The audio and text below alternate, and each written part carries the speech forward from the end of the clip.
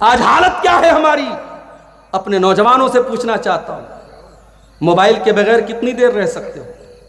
Mobile switch off ہو جائے، battery ختم ہو جائے تو نوجوان ایسا بے چین ہو جاتا ہے جیسے پرندے کا پر قطر دیا جائے۔ جب تک موبائل میں چارجنگ نہ ہو جائے، موبائل آن نہ ہو جائے اور یہ پتہ نہ چل جائے میرے اسٹیٹس کو کتنے لوگوں نے دیکھا، میرے فیس بک کی پوسٹ کو کتنے لوگوں نے لائک کیا، کتنے لوگوں کے مس کال آئے، کتنے لوگوں کے میسج آئے، تب تک نوجوان کو چین نہیں ملتا۔ میرے نوجوان بھائیوں، کبھی سینے پر ہاتھ رکھ کر کے یہ بھی دیکھو اور غور کرو، آخری بار آپ نے قرآن کب اٹھایا تھا؟ آخری بار آپ نے قرآن کو کب ہاتھ لگایا تھا؟ شاید کتنے نوجوان ہوں گے، شاید، میں یقین کے ساتھ نہیں کہتا، شاید انہوں نے آخری بار رمضان میں قرآن کو چھوا تھا، اس کے بعد ضرورت نہیں پڑی ہے۔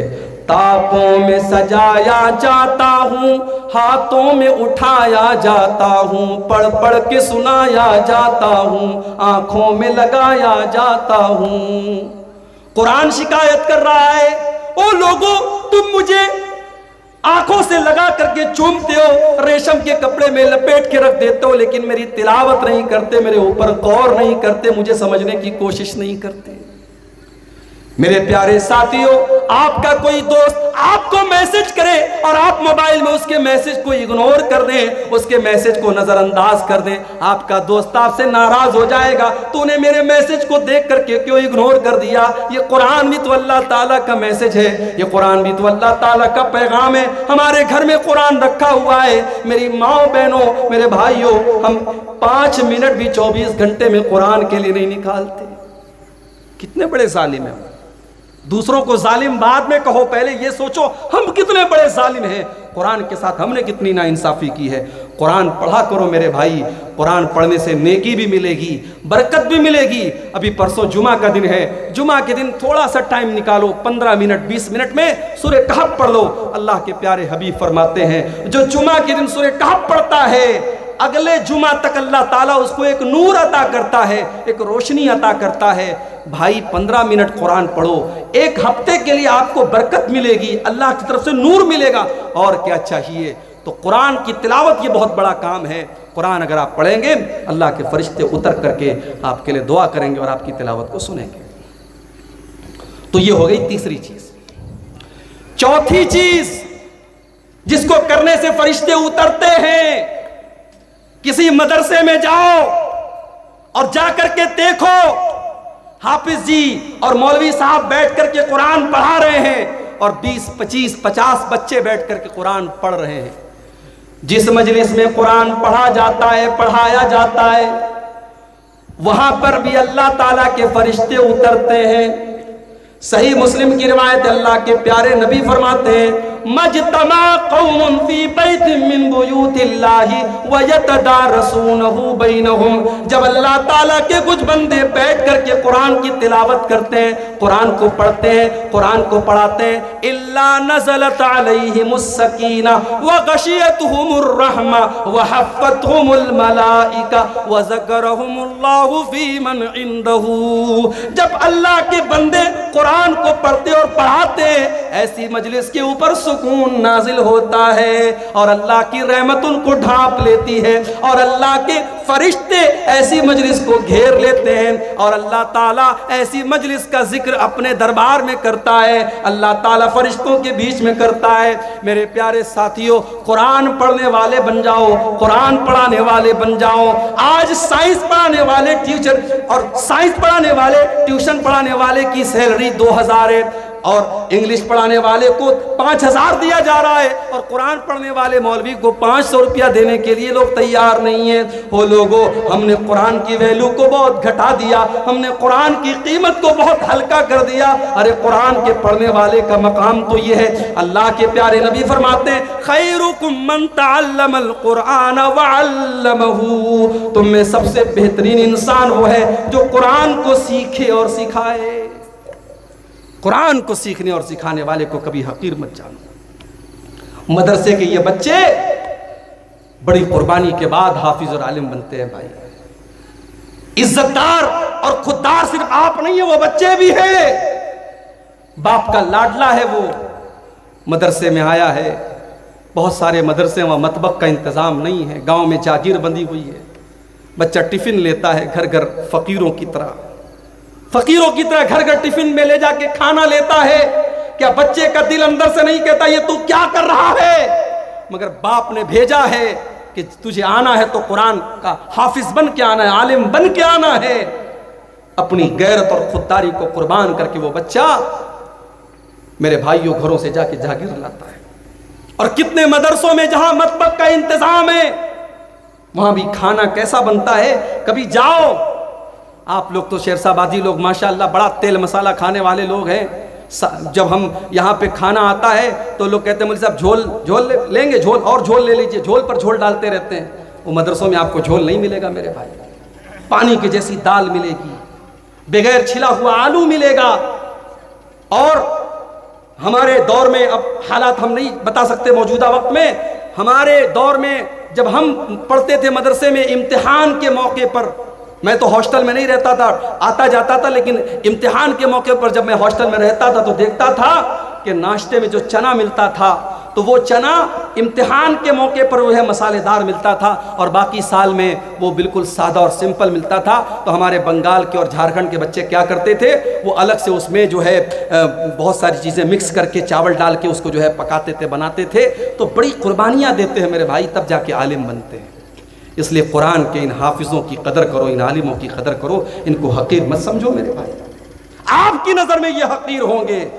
کتنے مدرسے ہیں بیچارے، نظامیہ مدرسے والے مجھے لوگ بتاتے ہیں مولوی صاحب 5000 تنخواہ ہے۔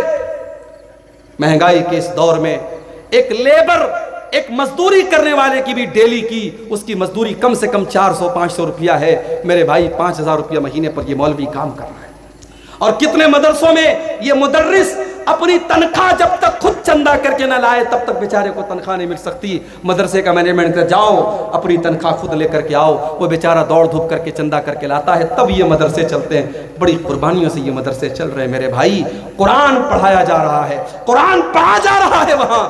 ان مدرسوں کو حقیر مت جانو میرے بھائی۔ اللہ کے پیارے نبی فرماتے ہیں خیرکم من تعلم القرآن وعلمہ، تم میں سب سے بہترین انسان وہ ہے جو قرآن کو سیکھتا اور سکھاتا ہے۔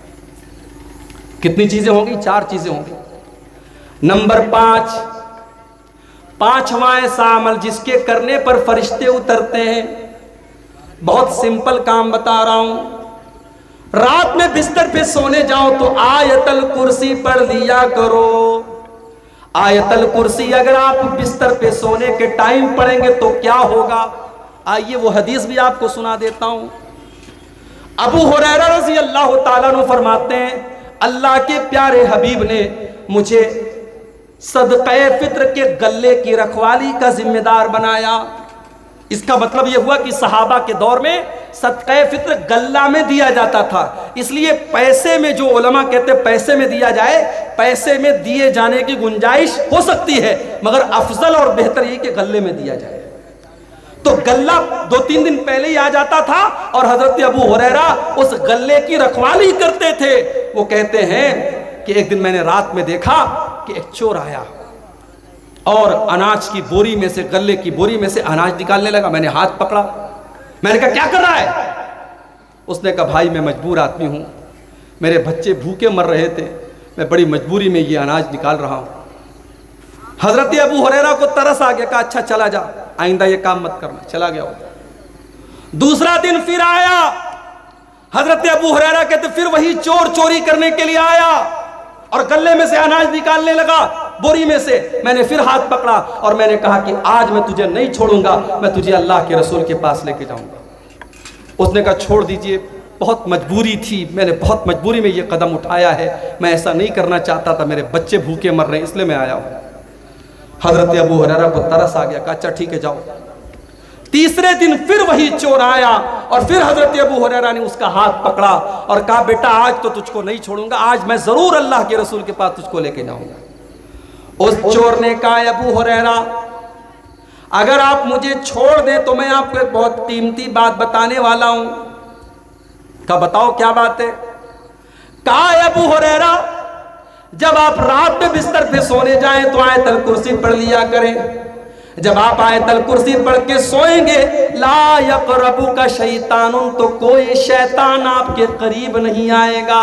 وَلَن يَزَالَ عَلَيْكَ مِنَ اللَّهِ حَافِظٌ، اور رات بھر اللہ تعالیٰ کی طرف سے ایک فرشتہ آ کر کے آپ کی حفاظت کرتا رہے گا، فرشتہ آ کر کے آپ کی حفاظت کرے گا۔ حضرت ابو ہریرہ نے کہا اچھا چلو ٹھیک ہے، تم نے اتنی پوائنٹ کی بات بتائی، چلو چھوڑ دیا اس کو۔ صبح ہوئی، اللہ کے پیارے نبی کے پاس آ کر کے پوری بات بتائی۔ آپ نے فرمایا ابو ہریرہ کیا تمہیں پتا ہے وہ چور کون تھا؟ کہا کہ اللہ کے نبی میں نہیں جانتا۔ آپ نے فرمایا کہ ابو ہریرہ وہ شیطان تھا۔ پتہ یہ بھی چلا کہ شیطان چوری بھی کرتا ہے، اور یہ بھی پتہ چلا کہ اناج وغیرہ ممکن ہے شیطان کھاتا بھی ہو، اس لیے کہ اناج اگر شیطان چوری کر رہا تھا کس کے لیے کر رہا تھا؟ تو یہ بھی پتہ چلا کہ شیطان چوری بھی کرتا ہے اور اناج وغیرہ بھی وہ چورا سکتا ہے۔ اور اللہ کے نبی نے کہا کہ صدقک وہو کذوب، اے ابو ہریرہ وہ ہے تو شیطان، ہے بہت بڑا جھوٹا، مگر جو بات تم کو بتائی ہے بالکل صحیح بتائی ہے۔ آیت الکرسی اگر تم پڑھ دو گے تو اے ابو ہریرہ شیطان تمہارے قریب نہیں آئے گا۔ پتہ یہ چلا کہ شیطان کو معلوم ہے کہ کون سی چیز پڑھنے سے میرے وائرس کا اینٹی وائرس ہو جاتا ہے، شیطان کو خوب پتہ ہے۔ جیسے اذان دینے سے شیطان بھاگ جاتا ہے، اسی طریقے سے یہاں اللہ کے رسول نے فرمایا کہ آیت الکرسی اگر آپ رات میں بستر پہ سونے کے ٹائم اگر پڑھ دیں گے تو شیطان دور ہو جائے گا، اور اللہ کی طرف سے فرشتہ اترے گا، اور فرشتہ کیا کرے گا؟ وہ رات بھر آپ کی حفاظت کرے گا۔ تو یہ بھی ایک بہت بڑا اہم کام ہے میرے بھائیوں، اگر اس کام کو ہم کریں گے تو اللہ تعالیٰ کا فرشتہ اترے گا۔ اور آگے بڑھیے، نمبر 6، چھٹی چیز، اگر کوئی انسان ایمان والا ہے اور اپنے ایمان کے اوپر وہ ڈٹا رہتا ہے، اپنے ایمان سے کبھی کمپرومائز نہیں کرتا ہے، چاہے اس کو دھمکی دی جائے، چاہے اس کو لالچ دیا جائے، وہ ایمان کے اوپر ڈٹا رہتا ہے، تو ایسے انسان کے اوپر بھی اللہ تعالیٰ کے فرشتے اترتے ہیں۔ ان الذین قالوا ربنا اللہ ثم استقاموا تتنزل علیہم الملائکۃ الا تخافوا ولا تحزنوا۔ جو لوگ یہ کہتے ہیں ہمارا پروردگار اللہ ہے، ہمارا رب اللہ ہے، اور پھر اسی کے اوپر ڈٹ جاتے ہیں، اسی کے اوپر جم جاتے ہیں، ان کے پاس فرشتے اترتے ہیں، ان کے پاس فرشتے آتے ہیں، اور فرشتے آ کر کے کہتے ہیں اللہ تخافوا، تمہیں ڈرنے کی کوئی ضرورت نہیں ہے، ولا تحزنوا، اور تمہیں غمگین ہونے کی کوئی ضرورت نہیں ہے، وابشروا بالجنۃ التي کنتم توعدون، جس جنت کا تم سے وعدہ کیا گیا ہے وہ جنت تم کو مل کر کے رہے گی۔ استقامت، ایمان کے اوپر قائم رہنا۔ آج تو کتنی مسلمان لڑکیاں ہیں، پیار اور محبت کا ڈورا کسی نے ڈالا، اسی کے ساتھ بھاگ گئیں، فرار ہو گئیں، اس سے کوئی مطلب نہیں وہ مسلمان ہے، وہ غیر مسلم ہے، وہ کیا ہے۔ عشق اور محبت کا چشمہ لگ گیا آنکھوں پہ، ماں باپ کی نہ عزت نظر آئی، نہ خاندان کی عزت نظر آئی، نہ اللہ کا دین نظر آیا، محبت کے نام پہ سب کچھ بیچ دیا۔ میری پیاری ماں اور بہنوں، آج اس پر بھی ہمیں غور کرنے کی ضرورت ہے۔ مجھے افسوس کے ساتھ کہنا پڑتا ہے سیمانچل کی اکثر مسجدوں میں جمعہ کی نماز میں عورتوں کا انتظام نہیں ہے،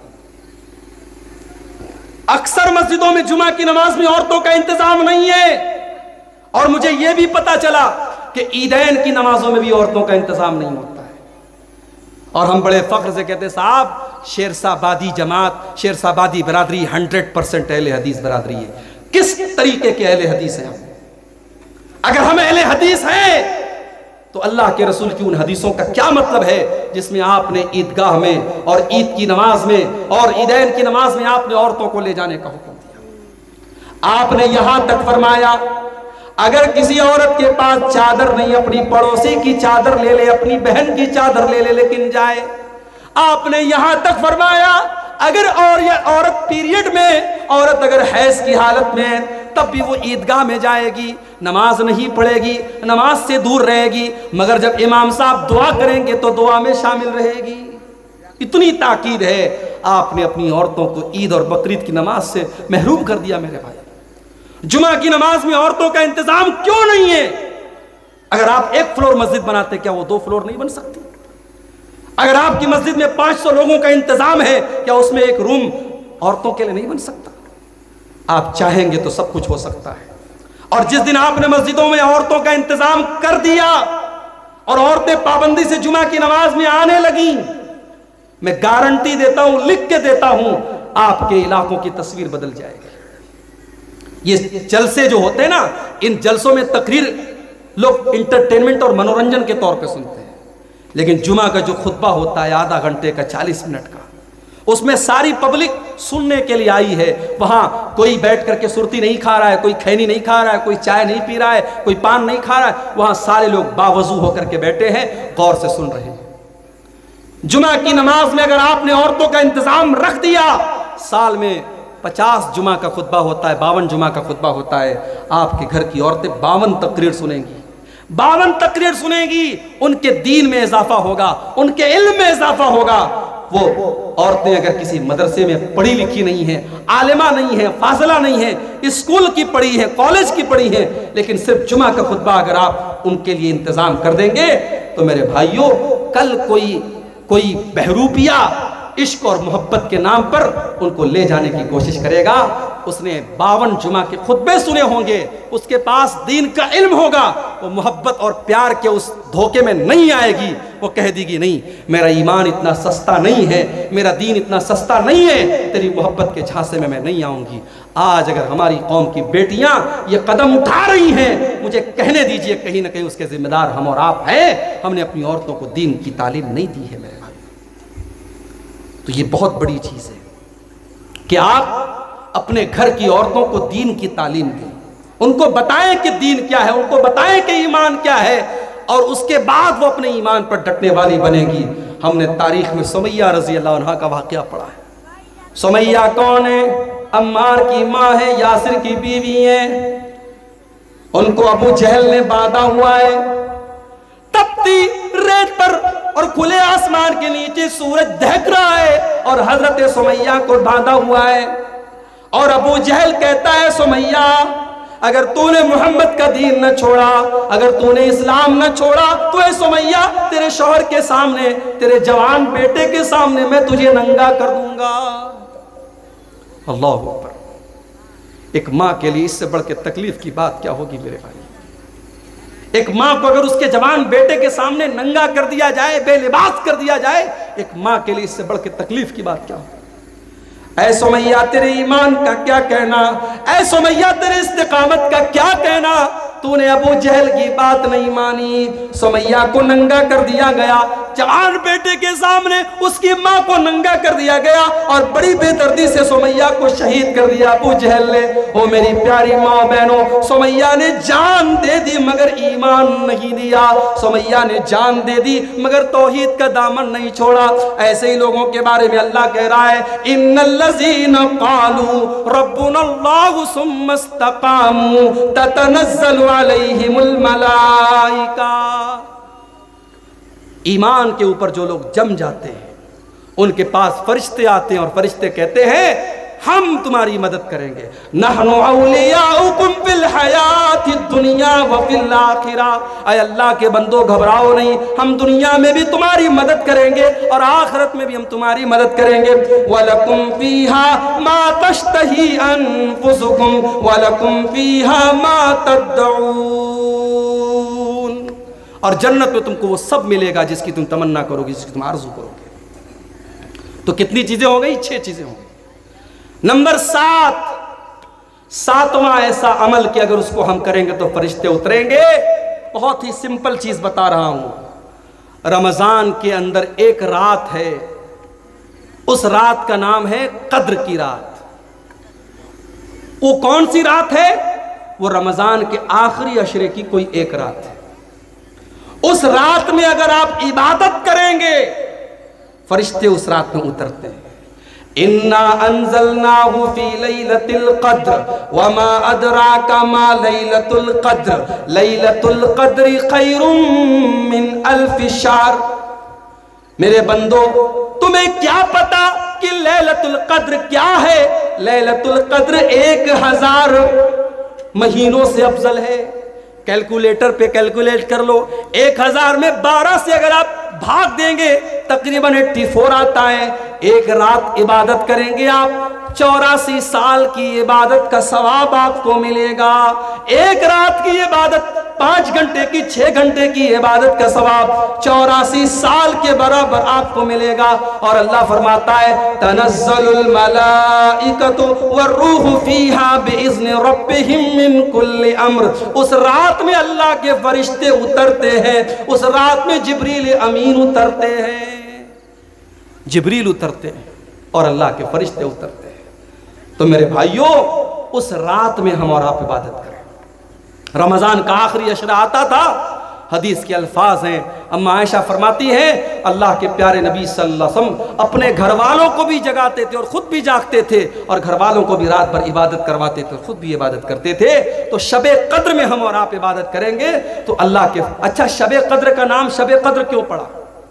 قدر کا مطلب ہوتا ہے کوئی چیز تنگ پڑ جائے، کوئی چیز بہت ٹائٹ ہو جائے، اس کو عربی میں قدر کہتے ہیں۔ علماء نے لکھا ہے کہ شب قدر کا نام شب قدر اسی لیے پڑا، اتنے فرشتے اترتے ہیں کہ آسمان تنگ پڑ جاتا ہے، آسمان چھوٹا پڑ جاتا ہے، ہر طرف فرشتے ہی فرشتے ہوتے ہیں، اس لیے اس رات کا نام لیلۃ القدر پڑ گیا۔ میرے بھائیوں، شب قدر میں ہم اور آپ عبادت کریں، انشاءاللہ فرشتے اتریں گے اور فرشتوں کی دعا ہمیں اور آپ کو ملے گی۔ کتنی چیزیں ہو گئی؟ 7 ہوئی۔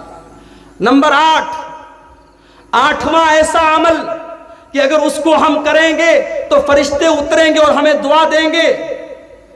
جمعہ کے دن مسجد میں پہلے آنا، یہ بھی ہمارے دیہات میں دیکھتا ہوں ماحول نہیں ہے۔ 12:30 بجے جمعہ کا خطبہ ہو رہا ہے، پاکڑ میں ایک بار میں جمعہ پڑھانے گیا، 12:30 بجے جمعہ کا خطبہ تھا، اور میں جب مسجد میں جانے لگا ایک آدمی کو دیکھا بنیان پہن کر کے لنگی رکھ کے جا رہا ہے۔ میں نے کہا کہاں جا رہا ہو؟ بولا نہانے جا رہا ہوں۔ جمعہ کا خطبہ اسٹارٹ ہونے والا ہے، ابھی وہ نہانے جا رہا ہے۔ اس کا مطلب کہ جمعہ کی آپ کی نظر میں کوئی ویلیو نہیں ہے، جمعہ کا کوئی اہمیت اس کی نہیں ہے، اس کا کوئی مہتو نہیں ہے۔ یاد رکھو میرے بھائی، اللہ کے نبی فرماتے ہیں، بخاری اور مسلم کی روایت ہے، اذا کان یوم الجمعۃ وقفت الملائکۃ علی باب المسجد، جب جمعہ کا دن آتا ہے اللہ کے فرشتے مسجد کے دروازے پر کھڑے ہو جاتے ہیں، اور جو جتنا پہلے آتا ہے اس کا اتنا زیادہ ثواب لکھتے ہیں۔ جو سب سے پہلے آتا ہے اس کو اللہ کی راہ میں اونٹ کی قربانی کا ثواب ملتا ہے، جو اس کے بعد آتا ہے اس کو گائے کی قربانی کا ثواب ملتا ہے، جو اس کے بعد آتا ہے اس کو دمبا کی قربانی کا ثواب ملتا ہے، جو اس کے بعد آتا ہے اسے اللہ کی راہ میں مرغا کی قربانی کا ثواب ملتا ہے، جو اس کے بعد آتا ہے اسے اللہ کی راہ میں انڈا دینے کا ثواب ملتا ہے۔ لیکن جب امام صاحب آتے ہیں اور خطبہ شروع ہو جاتا ہے، اللہ کے نبی فرماتے ہیں طووا صحفہم، فرشتے اپنے رجسٹر کو بند کر دیتے ہیں۔ جزاک اللہ خیر۔ فرشتے اپنے رجسٹر کو بند کر دیتے ہیں، فرشتے اپنے رجسٹر کو لپیٹ دیتے ہیں، وَسَمِعُوا الذِّکْرَ، اور فرشتے بھی جمعہ کا خطبہ سننے لگتے ہیں۔ کتنے بد نصیب ہیں وہ لوگ جو امام کا خطبہ شروع ہونے کے بعد مسجد آتے ہیں۔ اللہ کے فرشتے ثواب لکھنے کے لیے مسجد کے گیٹ پر کھڑے ہوئے ہیں، ثواب لکھ رہے ہیں، اور ہم اتنے بڑے بد نصیب ہیں، ہمیں ثواب نہیں چاہیے، ہم ثواب سے اپنے آپ کو محروم کر رہے ہیں۔ میرے بھائیوں، کوشش کرو جمعہ کے دن پہلے مسجد میں آنے کی، سارے کام کو پہلے نپٹا دو، آدھا گھنٹہ پہلے، 1 گھنٹہ پہلے، جتنا پہلے ہو سکے آ جاؤ، جو جتنا پہلے آئے گا اس کو اتنا زیادہ ثواب ملے گا۔ تو جمعہ کے دن پہلے آنے پر بھی فرشتوں کی دعائیں ملے گی اور فرشتوں کا ثواب ہمیں اور آپ کو ملے گا۔ اب کتنی چیز ہو گئی؟ 8 ہو گئی۔ نمبر 9، 9ویں چیز، اپنے مسلمان بھائی کی پیٹھ کے پیچھے اس کے لیے دعا کرنا۔ اپنے مسلمان بھائی کی غیر موجودگی میں اس کے لیے دعا کرنا، اس سے بھی فرشتے کی دعا آپ کو ملے گی۔ اللہ کے پیارے نبی صلی اللہ علیہ وسلم فرماتے ہیں ما من عبد مسلم یدعو لأخیہ بظہر الغیب، جب بھی بندہ اپنے مسلمان بھائی کے پیٹھ کے پیچھے اس کے لیے دعا کرتا ہے، جب اپنے مسلمان بھائی کی پیٹھ کے پیچھے دعا کرتا ہے، اس کے بغل میں ایک فرشتے کو اللہ تعالیٰ مقرر کر دیتا ہے، اور یہ جو بھی دعا کرتا ہے فرشتہ کہتا ہے آمین۔ مثال کے طور پر آپ نے اپنے بھائی کے حق میں دعا کی، اے اللہ تو میرے بھائی کو صحت دے دے، فرشتہ کہتا ہے آمین وَلَكَ بِمِثْلِ، اور فرشتہ کہتا ہے تیری بھی صحت اللہ اچھی کر دے۔ آپ دعا کرتے اے اللہ میرے بھائی کے کاروبار میں برکت دے دے، فرشتہ کہتا ہے آمین اللہ تیرے کاروبار میں بھی برکت دے دے۔ میرے پیارے ساتھیوں، جس دعا پر فرشتہ آمین کہہ دے اور فرشتہ بھی اس دعا میں شامل ہو جائے، سوچو اس دعا کی اہمیت کتنی زیادہ ہے۔ اپنے مسلمان بھائی کی پیٹھ کے پیچھے اس کے لیے دعا کیا کرو، سامنے سے نہیں۔ یہاں تو سامنے سے ہو رہی ہے، سامنے سے لوگ دعا کرواتے ہیں، پیٹھ پیچھے، وہ سامنے نہیں ہے، موجود نہیں ہے، پیٹھ پیچھے اگر آپ دعا کریں گے تو اللہ کے پیارے نبی صلی اللہ علیہ وسلم نے فرمایا کہ اس دعا کی برکت یہ ہوگی کہ فرشتہ آپ کے لیے دعا کرے گا۔ تو کتنی چیزیں ہو گئیں؟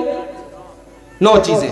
نمبر 10، اپنے مسلمان بھائی سے ملاقات کرنے کے لیے اگر کوئی جاتا ہے، اپنے مسلمان بھائی سے ملاقات کرنے کے لیے اگر کوئی جاتا ہے، کوئی مطلب نہیں ہے، کوئی مقصد نہیں ہے، صرف اللہ تعالیٰ کے لیے اس کو راضی کرنے کے لیے اگر کوئی اپنے مسلمان بھائی سے ملنے کے لیے جاتا ہے۔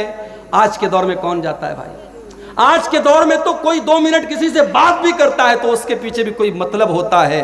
اللہ کے پیارے نبی صلی اللہ علیہ وسلم فرماتے ہیں ان رجلا زار اخا له، ایک مسلمان اپنے بھائی سے ملنے کے لیے جا رہا تھا، اللہ تعالیٰ نے راستے میں ایک فرشتے کو بھیج دیا۔ فرشتے نے روکا، کہا بھائی کہاں جا رہے ہو؟ کہا اپنے فلاں بھائی سے ملنے فلاں گاؤں میں جا رہا ہوں۔ فرشتے نے پوچھا کہ هل لك من نعمة تربها، کیا اس کا کوئی احسان ہے جو تم اتارنے جا رہے ہو؟ کیا اس کا تمہارے اوپر کوئی احسان ہے جو تم اتارنے جا رہے ہو؟ کیا کوئی کام ہے؟ کیا کوئی مطلب ہے؟ کہا نہیں، کوئی مطلب نہیں ہے، کوئی کام نہیں ہے، میں تو صرف اللہ تعالیٰ کی رضا کے لیے اس کو راضی کرنے کے لیے جا رہا ہوں۔ میں اس لیے جا رہا ہوں کیونکہ میں اللہ تعالیٰ کے لیے محبت کرتا ہوں اپنے بھائی سے۔ میرے پیارے ساتھیوں، میں بنارس کا رہنے والا، میں یو پی کا رہنے والا، آپ بہار کے سیمانچل کے رہنے والے، ہمارے اور آپ کے بیچ میں 500 کلومیٹر کی دوری ہے، لیکن آپ مجھ سے محبت کرتے ہیں۔ رات کے 2:30 بجے 3 بجے آپ بیٹھ کر کے میری تقریر سن رہے ہیں، اس لیے کیونکہ میں آپ کے سامنے قرآن پڑھ رہا ہوں، نبی کی حدیثوں کو پڑھ رہا ہوں۔ اگر آپ واقعی میں آپ اس لیے محبت کرتے ہیں کیونکہ اللہ کے دین کی بات ہو رہی ہے، اللہ کی بات ہو رہی ہے، اگر یہ محبت واقعی میں اللہ کے لیے ہو رہی ہے، اس محبت پر بھی آپ کو ثواب ملے گا۔ اللہ کے پیارے نبی فرماتے ہیں فرشتے سے وہ انسان کہتا ہے میں اپنے بھائی سے محبت کرتا ہوں اللہ کے لیے، کوئی پیسے کا معاملہ نہیں ہے، کوئی بزنس کا معاملہ نہیں ہے، کوئی احسان کا معاملہ نہیں ہے، صرف اللہ تعالیٰ کے لیے محبت کرتا ہوں۔ فرشتہ کہتا ہے اے مسلمان، میں اللہ تعالیٰ کی طرف سے فرشتہ ہوں اور میں تجھ کو یہ بتانے آیا ہوں کہ جب تو اللہ تعالیٰ کے لیے اس سے محبت کر رہا ہے تو اللہ تعالیٰ بھی تجھ سے محبت کرتا ہے۔ اللہ بھی تجھ سے محبت کرتا ہے۔ جب آپ کسی سے اللہ کے لیے محبت کریں گے تو اللہ بھی آپ سے سچی محبت کرے گا، اور جس سے اللہ سچی محبت کرے گا اس کی خوش نصیبی کا کیا کہنا، اس کی خوش قسمتی کا کیا کہنا۔ تو میرے بھائیوں، یہ 10ویں چیز ہے، اگر اس پر ہم عمل کریں گے انشاءاللہ اللہ کے فرشتے اتریں گے اور ہمارے لیے جو ہے وہ ہمیں خوشخبری سنائیں گے اور ہماری اللہ تعالیٰ کی ہماری بخشش کی دعا کریں گے۔ اور آگے بڑھیے، ایک اور کام ہے جو کام آج کے جلسے میں آپ نے بہت کیا ہے، اللہ کی راہ میں خرچ کرنا۔ اللہ کی راہ میں خرچ کرنا یہ بھی بہت بڑا کام ہے، اور اللہ کی راہ میں خرچ کرنے والے کے لیے بھی فرشتے دعا کرتے ہیں۔ اللہ کے پیارے نبی صلی اللہ علیہ وسلم فرماتے ہیں کہ جب بندہ صبح کرتا ہے تو 2 فرشتے دعا کرتے ہیں۔ ایک فرشتہ کہتا ہے اللہم آت منفقا خلفا، اے اللہ جو تیری راہ میں خرچ کرتا ہے، جو تیری راہ میں دان دیتا ہے، جو تیری راہ میں چندہ دیتا ہے، جو تیری راہ میں مدد کرتا ہے، اے اللہ تو اس کے مال میں برکت عطا فرما، تو اس کو اور مال عطا فرما۔ اور دوسرا فرشتہ کہتا ہے اللہم آت ممسکا تلفا، اے اللہ جو تیری راہ میں نہیں دیتا ہے، اے اللہ تو اس کے مال کو برباد کر دے، اے اللہ اس کے مال میں تو برکت مت دے۔ میرے پیارے ساتھیوں، اگر اللہ نے آپ کو دولت سے نوازا ہے، اگر مال سے نوازا ہے، اللہ کی راہ میں خرچ کیا کرو۔ یہاں قبرستان کا جلسہ ہوا ہے، قبرستان کے لیے چندے کے لیے جلسہ ہوا ہے، آپ ہی کے آخری ٹھکانے کے لیے چندہ ہو رہا ہے، یہاں پر بھی آپ خرچ کیجئے۔ جہاں پر بھی پیسہ دینے سے اللہ راضی ہوتا ہے وہاں پر آپ مال خرچ کیجئے۔ مال اللہ کی راہ میں خرچ کرنے سے بھی فرشتہ آپ کے لیے دعا کرے گا۔ ایک اور کام ہے، تہجد کی نماز پڑھنے سے بھی فرشتے اترتے ہیں زمین کے اوپر۔ شکریہ بیٹا، جزاک اللہ خیر۔ تہجد کی نماز پڑھنے والے کے لیے بھی فرشتے اترا کرتے ہیں۔ اللہ کے پیارے نبی فرماتے ہیں رات کے آخری حصے میں نماز پڑھا کرو، جب ساری دنیا بستر پہ سو رہی ہے، رات کا آخری ٹائم ہے، فجر کی نماز کا 1 گھنٹہ باقی ہے، رات کا آخری پہر ہے، وہ بڑا قبولیت کا ٹائم ہے، وہ بڑا ہی برکت والا ٹائم ہے۔ اللہ کے پیارے نبی فرماتے ہیں فَإِنَّ آخِرَ اللَّيْلِ مَشْهُودًا، وہ ٹائم ایسا ہے کہ فرشتے اترتے ہیں، وہ ٹائم ایسا ہے فرشتے اتر کر کے تم کو دعائیں دیتے ہیں، اس وقت اٹھ کر کے تم تہجد کی نماز پڑھا کرو۔ تہجد کون پڑھتا ہے بھائی؟ یہاں تو 5 ٹائم کی نماز کے لالے پڑے ہیں، کرکٹ میچ چل رہا ہے، نوجوان اسی میں پڑا ہوا ہے، نوجوان کرکٹ میچ میں لگا ہے، نماز پر نمازیں نکل رہی ہیں اور یہ بیچارہ بیٹھ کر کے میچ دیکھ رہا ہے۔ میرے نوجوان ساتھیوں، 5 ٹائم کی نماز تو پڑھنا ہی ہے، رات کے آخری حصے میں اٹھ کر کے جب دنیا والے بستر پہ سوئے پڑے ہوں، اس وقت اٹھ کر کے کوئی اللہ کی بارگاہ میں جب تہجد کی نماز پڑھتا ہے، یہ نماز اللہ کو بہت پیاری ہے، یہ نماز اللہ کو بہت پسند ہے۔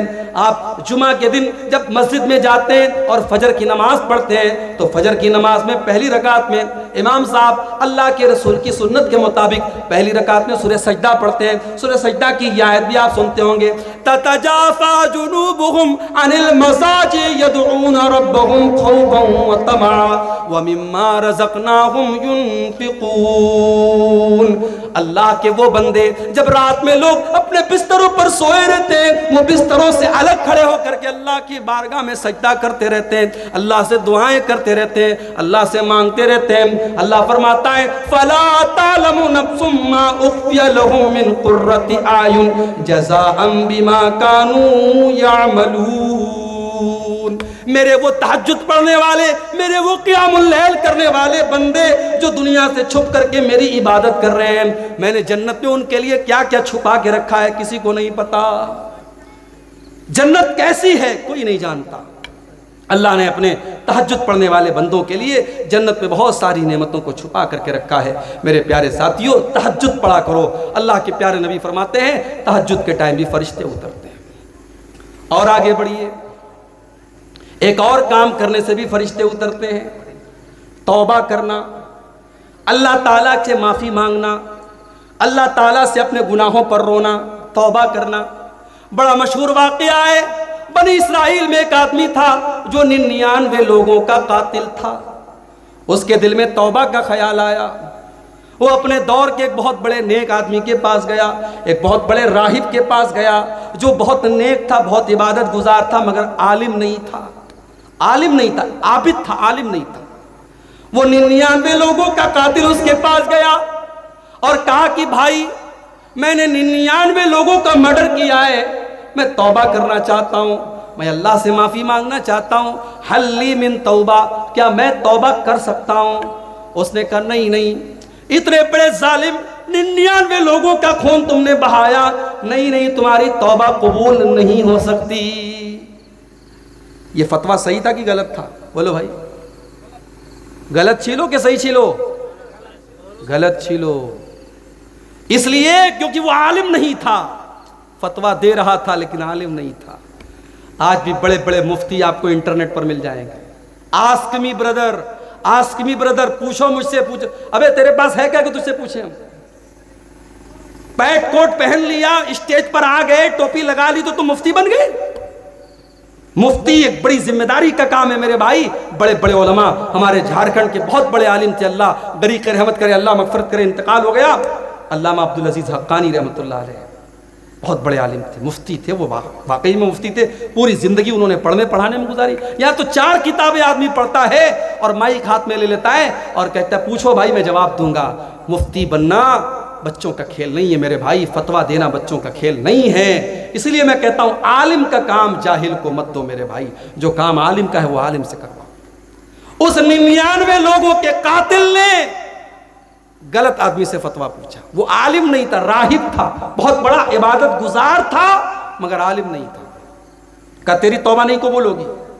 اس نے کہا جب میری توبہ قبول نہیں ہوگی تو چلو 99 لوگوں کا قتل کیا، ایک اور قتل کر دیتا ہوں، اس نے سینچری پوری کر دی۔